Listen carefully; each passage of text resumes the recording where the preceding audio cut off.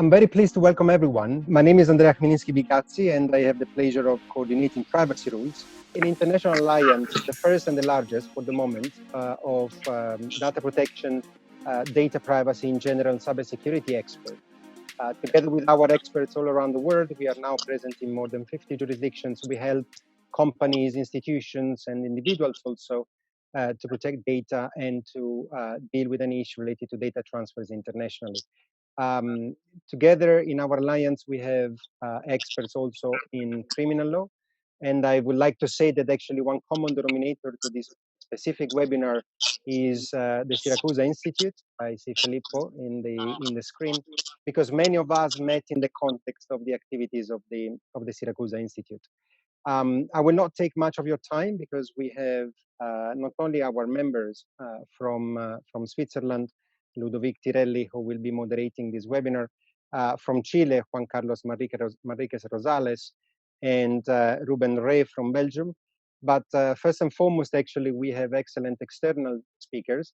Els De Busser, if I pronounce correctly, I hope, from the Leiden University, who has an incredible background and wealth of experience, not only on data protection, or purely, I would say, but also on cybercrime and cyber issues in general. I will not go through the full presentation. I would leave all of you actually to introduce yourselves, please, because I don't want to miss anything, and also because I know that all of you are having very interesting activities. The same goes with Ben Waits, who's senior specialist at Europol, as we can see also from his background. Europol will be obviously one of the key topics of today, because we will be commenting the March 2020 report issued by Europol concerning the proliferation of cyber-criminality in the context of the pandemic.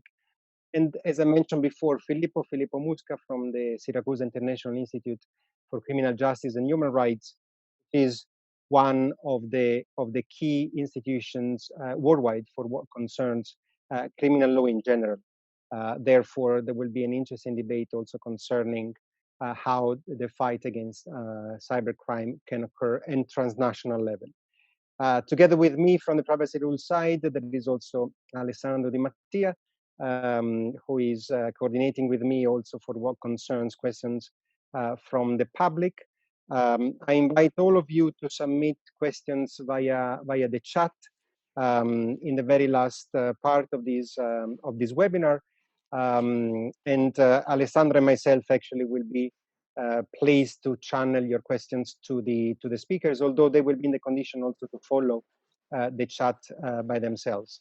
I'll say just a few words at the very end of this webinar on our next activities, because we have webinars planned already in the next few days. But for the moment, I just want to pass the baton to Ludovic Tirelli, thanking him for accepting to moderate this webinar. Thank you. Thank you for this invitation. Thank you for the organization of this webinar.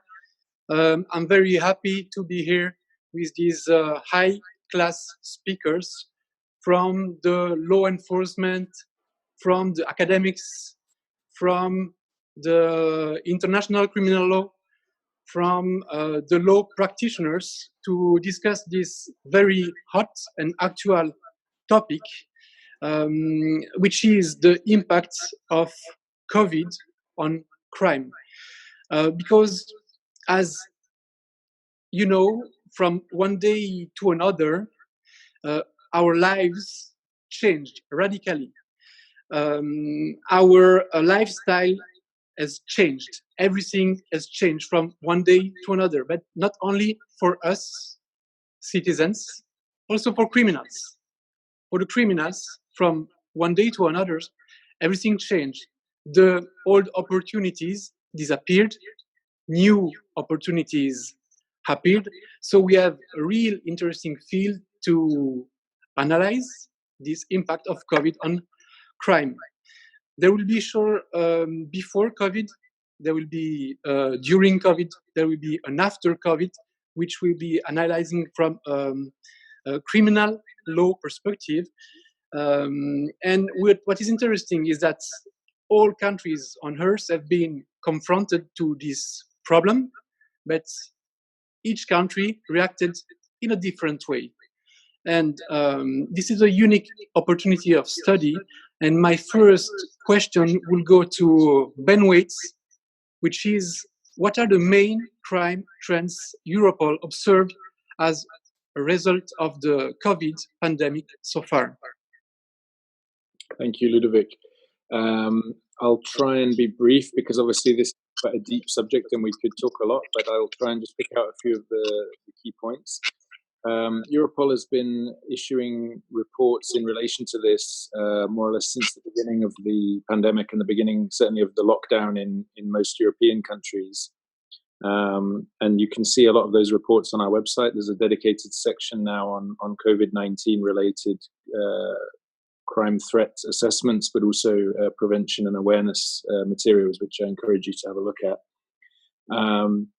What's been remarkable really is the speed with which organized criminals have adapted to the situation, and probably in many cases they've been much quicker to adapt than legitimate businesses or government bodies. Although I think overall we can all be reasonably proud of how we've adapted. So it's not so much a case of perhaps crime increasing, but really trends within crime. So people who are criminally active already have found new ways to be criminally active as a result of this crisis. I'll just mention a few of the main examples. It's really about exploiting the opportunities presented. And obviously the main societal trend has been that people have been unable to travel. They've been relying much more on online communications than they would have done otherwise. And those are the same kind of trends which criminals have had to react to, either because their own travel was obstructed, for example, but also because of the increased time and ways in which people are spending their time online has exploded really, and they've found ways to exploit the vulnerabilities of that. So I'll just speak very, very briefly about three main areas there. One is cybercrime, which I think Els will go into more detail about. Trading in counterfeit and substandard goods, and also property crime. So really, in terms of cybercrime, what we've seen is a lot of people have been either using online services which they didn't use before, so they're kind of novice users and their basic cyber hygiene is not what it might be for more experienced internet users, and that obviously presents opportunities to criminals in terms of theft of data and hacking. And we've seen a lot of ransomware, for example, both against individuals but also against companies and organizations, and in particularly, unfortunately, healthcare related organizations have been particularly victims of ransomware attacks, which is obviously very problematic. A lot of phishing campaigns, so kind of phishing emails which are basically designed to trick people into revealing their passwords or their personal data.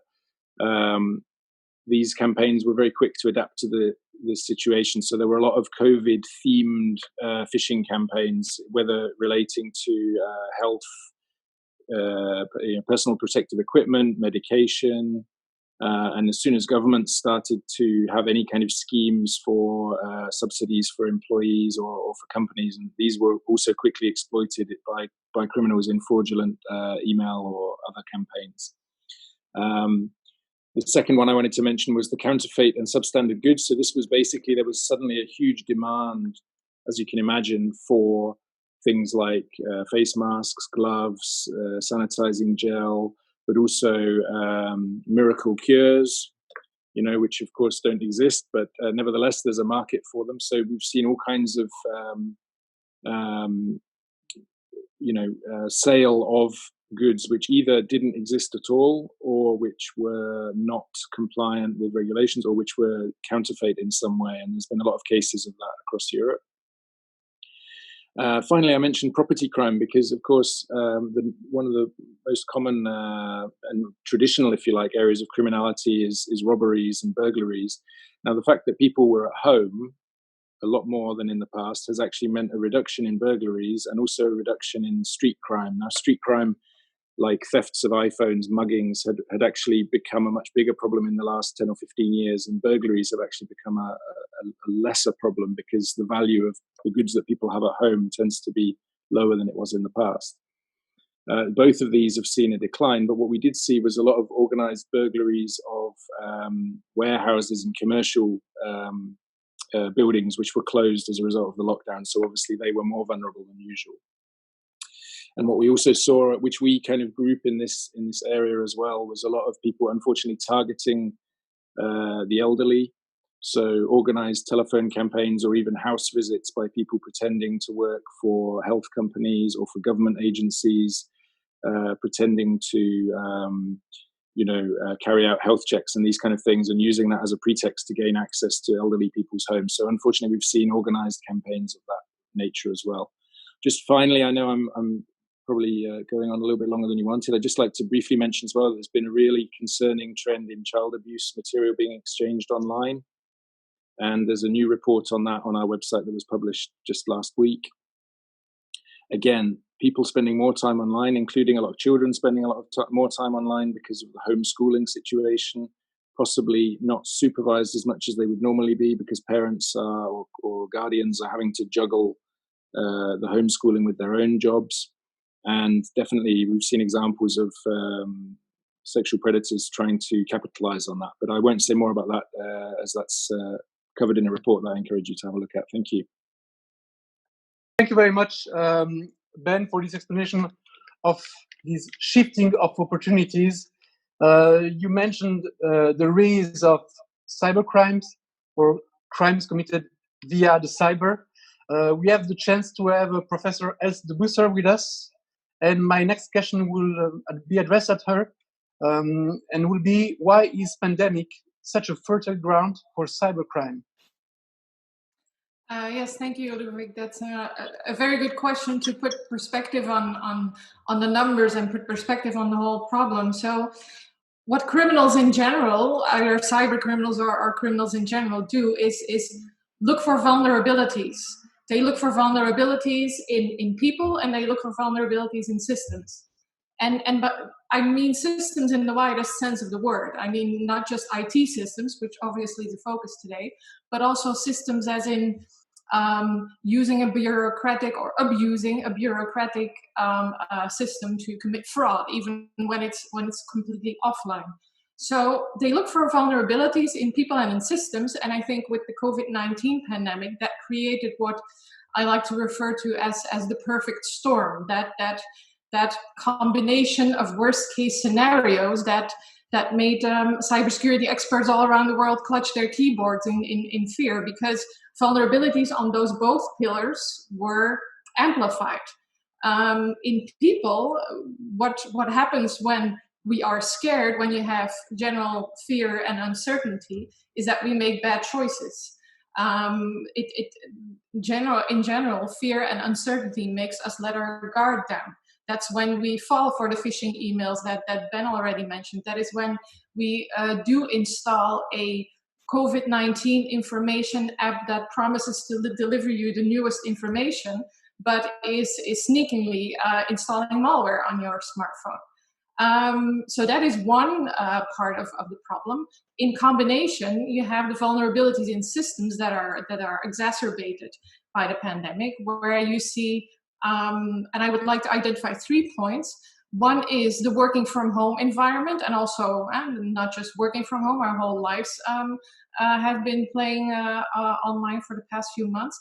But working from home has also made us not just be online more, but has also made us install software that we're not so familiar with in order to access our remote workspaces or in order to communicate with relatives or colleagues.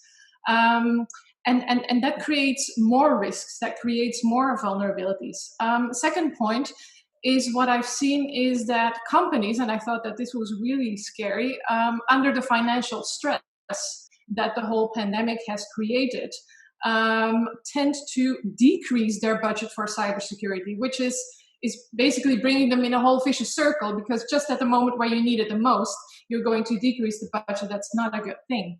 And then the third point is the healthcare sector. So the healthcare sector is typically the kind of sector that relies on what we call legacy systems. So older IT systems, and I mean software as well as hardware, that is not always perfectly updated, in combination often with modern Internet of Things devices, which creates even more vulnerabilities.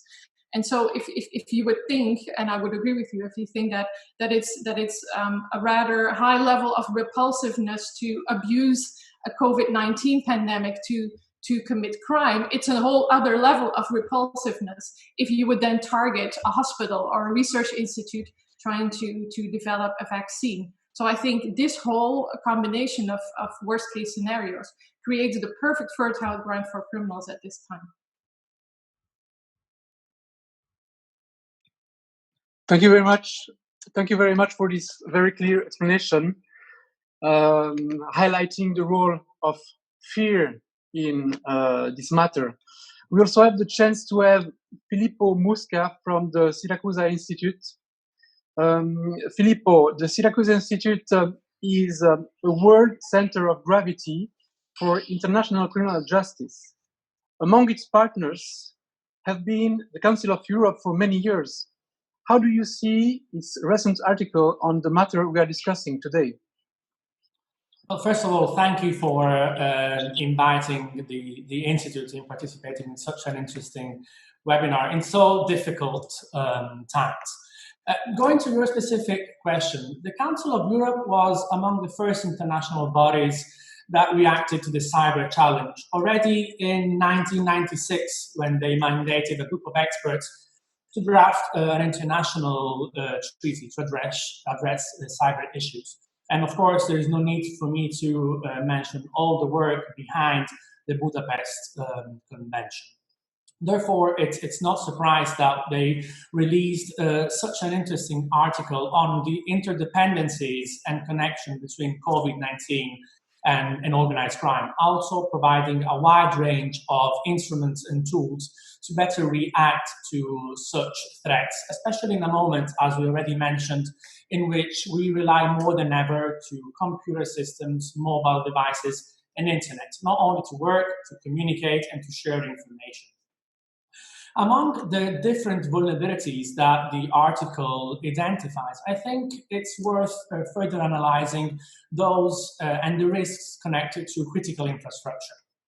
Critical infrastructure are the columns that literally support nowadays global society, and they keep the global economy working. They are the hidden pillars behind financial institutions, logistical hubs, information grids, and most importantly in these days, hospitals.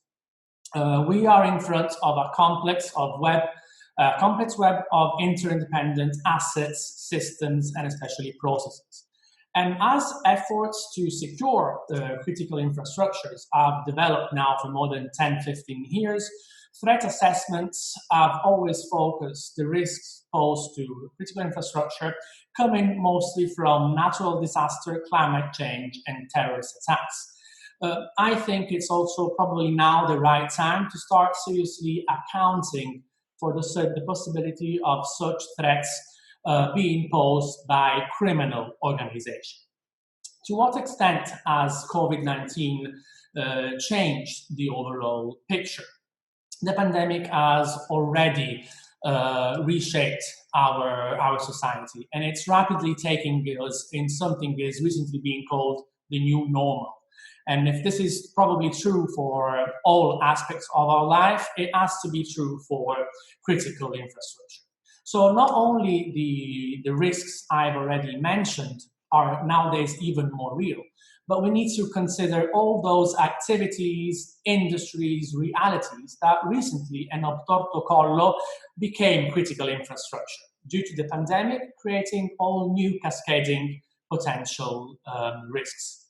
So, as already mentioned by Ben and Els, on one side, there have already been evidences of attacks, cyber attacks to hospitals and other institutions in the forefront of the fight against the virus, such as in Italy and Spain, with ransomware attacks designed to only lock them out of the critical systems in the attempt of base case scenario extorting payments.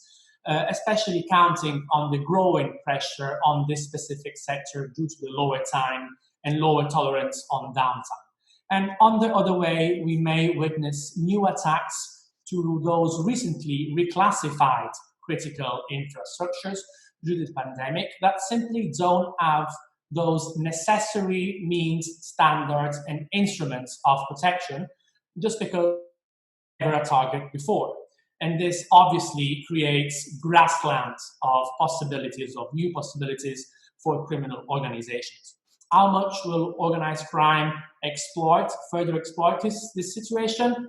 Probably to the maximum extent. And we need to be ready to react. Thank you very much, Filippo. You mentioned the importance of these critical infrastructures. You mentioned the situation in Italy and in Spain. We have with us a member of PrivacyRules from Chile, South America, Juan Carlos Manríquez Rosales. Please tell us, outside Europe, but in relation to the Europol report, what criminal forms have been detected in Latin America and Chile? Many thanks, Ludovic. First of all, hi everyone. Many thanks for to be here today. As you know, I am a Chilean lawyer, independent lawyer, main partner and founder of MBCIA law firm, professor of criminal law and criminal proceedings, and litigator before the International Criminal Court. And related to privacy matters, my specialization, as you know, it is in privacy sphere, protection as human right inside the new cybernetic rule of law 40.0. And from this angle, I'm very glad for the opportunity to share our experience and directly answer your question, Ludovic.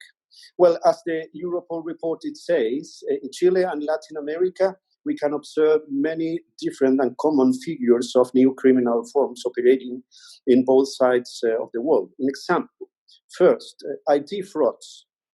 Two, the ankle tail under cybernetic codes. In example, please, I am Joseph, I'm your nephew, I'm infected and hospitalized in a city normally very far from you are, and I need immediately a money transfer, an example, for $XXX amount to pay my account or my medicines and so on. Third, we can find fake products or uncertified masks, very dangerous for the human health, an example.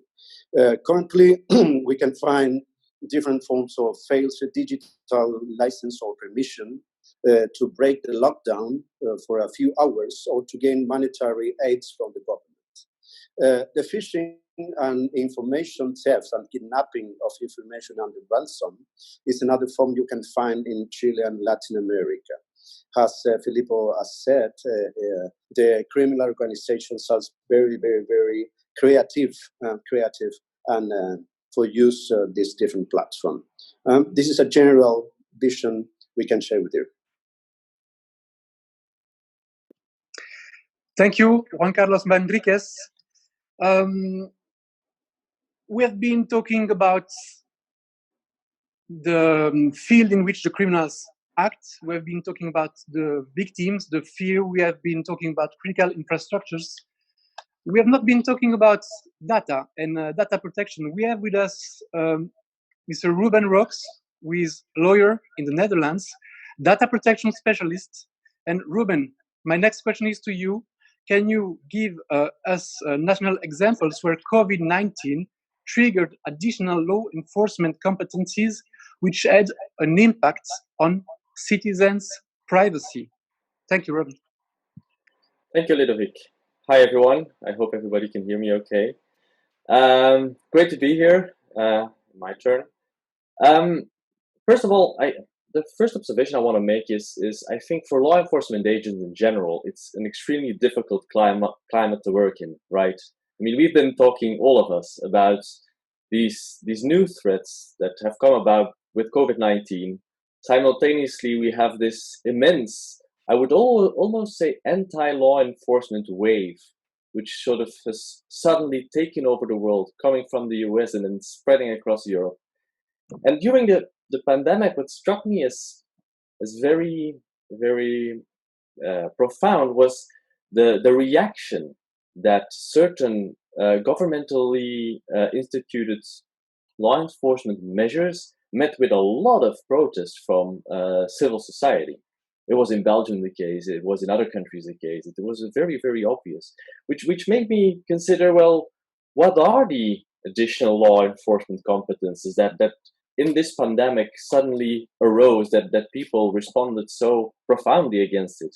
And as far as I could tell, without having done a very extensive academic study, I must admit, what I could tell was one of the first things that people seem to react quite strongly about or against is the fact that law enforcement, it's not a new competence per se. It's rather law enforcement starts using innovative technologies that they already had in their arsenal on a much larger scale.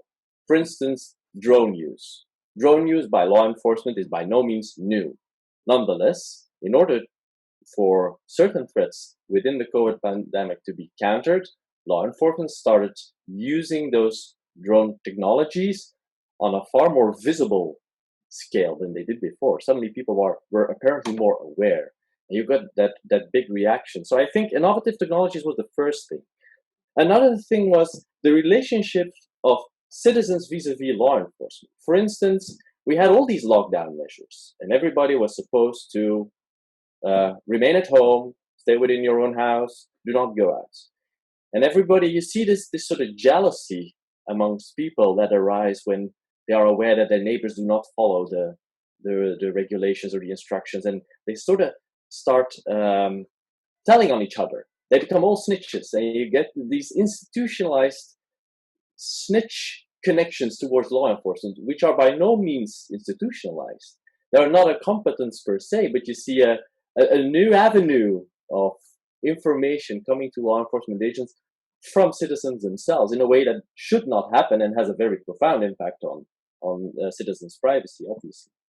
And then a third avenue that I discerned in when I looked at this issue was, it's not so much that law enforcement suddenly got a lot of new competences under this COVID-19 pandemic. It was more that through very quick legislative measures, legislators were able to extend existing competences a bit to allow law enforcement to respond to the current crisis. However, using this instrument in such a manner, broadening existing competences by interpreting them differently, legislators were also able to sort of circumvent data protection authorities because they were no longer forced to stick their opinion. It was merely reinterpreting what was already there, which then again had a direct impact on citizen privacy, obviously. I hope that answers your question. Yes, thank you very much. It answers my question, and I'm very sensible to this anti-law enforcement movement. You have to know that in Switzerland, some of our regions were less impacted by COVID, but had to suffer the same lockdown measures than other regions that were impacted. And we could see in the region less impacted that nobody was understanding why we were suffering these very strict lockdown measures. And we could feel these anti-law enforcement movements. But we have the chance to have somebody from the law enforcement here. And the transition is very interesting. My next question goes again to Ben Waits. How have law enforcement agencies adapted to the pandemic and to the lockdown? Thank you. Yeah, it's an interesting topic, and I think, probably worthy of a whole webinar by itself, especially the combination of the lockdown enforcement and at the same time the protests in many countries triggered by the protests in the US. But speaking just mainly about the lockdown now,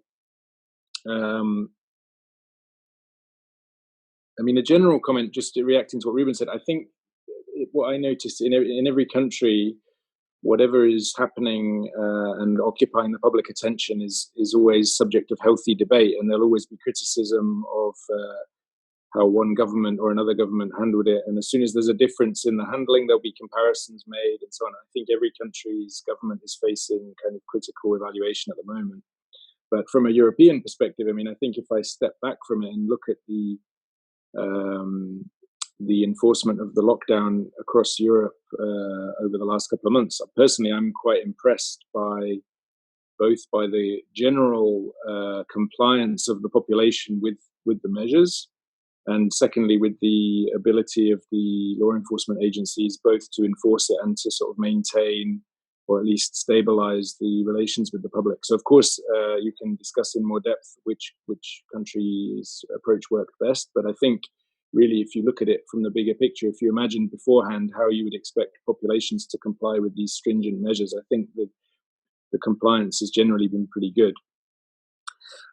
We've had some in-depth discussions between Europol and Interpol and some of the main European law enforcement agencies, including the Italian state police, who are very keen to have a kind of multilateral discussion about this and to learn lessons also cross-border on this topic. So I can give you some of the insights we heard from them. I mean, for an organization like Europol, it's more of a typical office environment. So for us, the big challenge was having the correct IT equipment for people to be able to work remotely, including with a high enough level of security to also work on operational matters remotely, which required a very quick adjustment. And, I've heard the term innovation accelerator used to describe the COVID. So not only criminals were quick to take opportunities, but organizations had to take decisions and adapt themselves much more quickly than they would usually do. So I think decisions to modernize that might have taken months or even years were taken in relatively short spaces of time. And so far,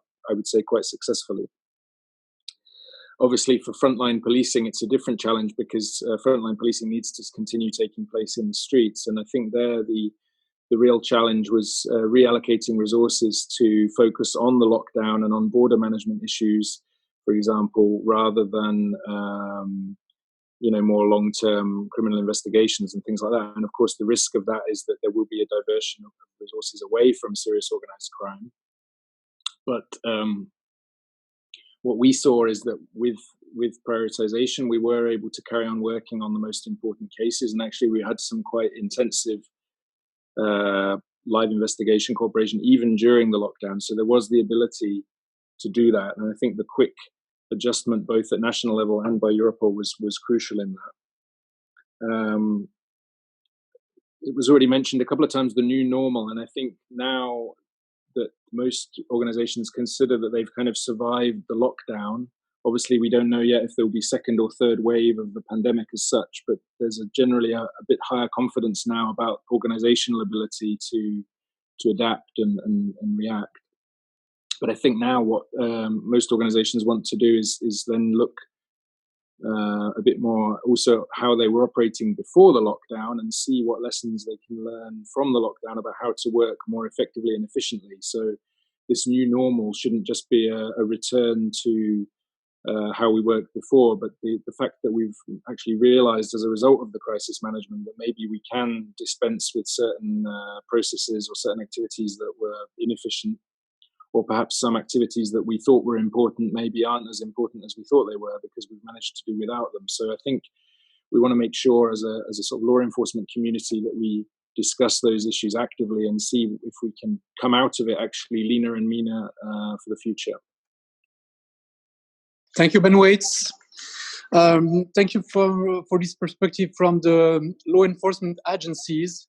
My next question will be in relation with the judicial system, and therefore I go back to Juan Carlos Manríquez.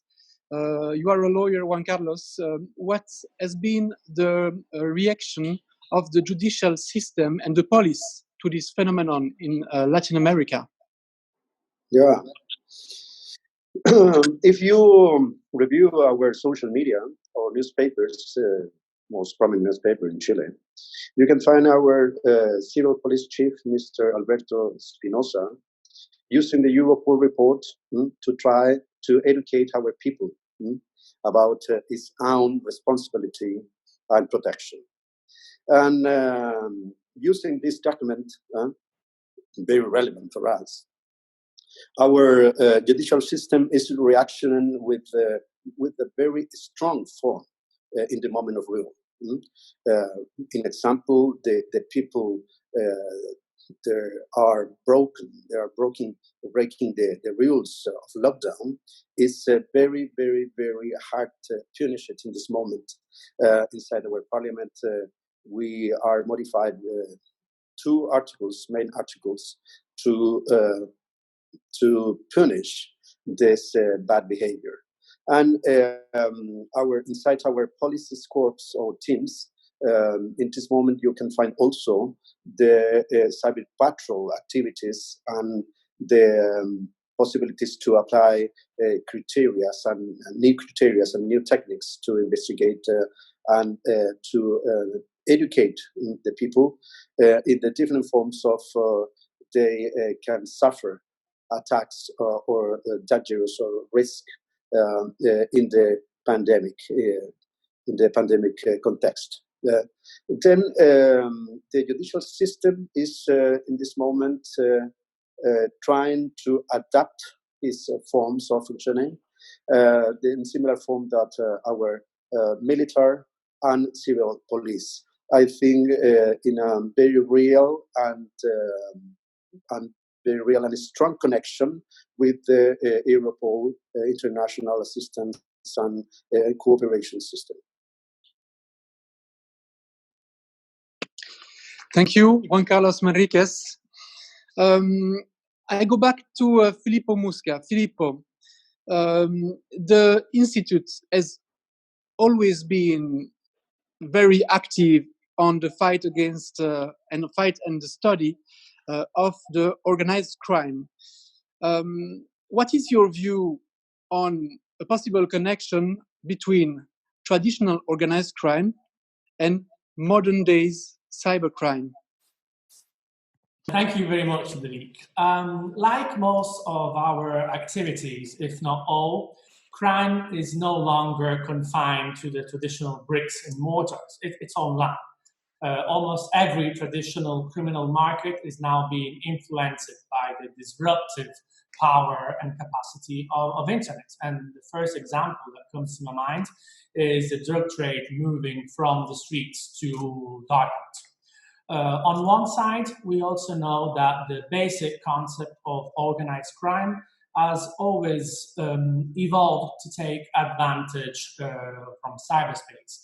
And historically, organized crime has always developed in such ways criminals are able to locate their desired assets. Cyberspace has now created a number of new playgrounds for criminal organization, which every day more look into vulnerabilities, exploits, as well as anonymity. While some traditional organized criminal organizations seek the cooperation of cyber criminals with the necessary technical skills, newer type of criminal networks operating only in the area of cybercrime are also a reality. The structure of these criminal cyber organizations is different from traditional criminal organizations. They may have a relationship with each other, but they're not multi-year, they're not multi-generational. They could have a relationship with each other, but they are not groups that you can easily associate with other networks. Organized cybercrime networks are made up of a number of hackers coming together because of functional skills that allow them to collaborate to commit specific crime. And these organizations also differ depending on the typology of the type of offense.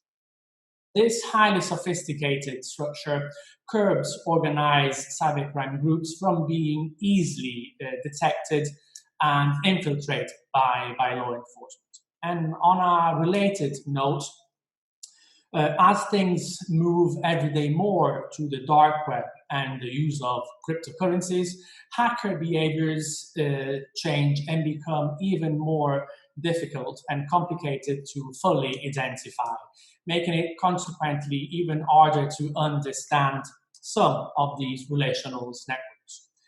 As a matter of fact, though, the fusion between traditional organized crime and cybercrime organizations is constantly proceeding, evolving at the same speed of technical development, and probably without a fundamental shift in thinking as how to protect these networked systems, we run immense social and economic risks. In addition, in the new normal, it will be crucial to enhance relationship and cooperation between law enforcement and academia, as well as between public and private sector, to ensure a better information sharing sourcing, and so we can better understand and contrast this complex behaviors. Thank you, Filippo. Professor De Busser, I saw you nodding with your head while he was speaking. I think you have something to tell to us. And please tell us also about what is your opinion about the statement made by the European Commission on Criminal Abuse of the Pandemic, please. We hear you. Yes. Thank you, Filippo, for making these comments, because I could not agree more that what this needs is what we call the multi-stakeholder model, right? We need academia at the table. That's why I was heavily nodding my head, together with private sector and public sector. But to come to the European Commission statement, so just for those of you who may not have seen it, a few weeks ago, the European Commission came out with a statement basically calling for action, but first of all, highlighting the immorality of criminal abuse of a pandemic, and then calling for action, looking at states and asking the member states to not let infrastructure on their territories be abused for this criminal purpose.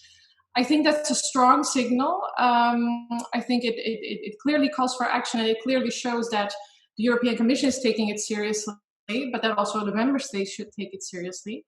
But I also think it was important for another reason, namely what it was not saying. And what it was not saying was the potential involvement of state actors, because the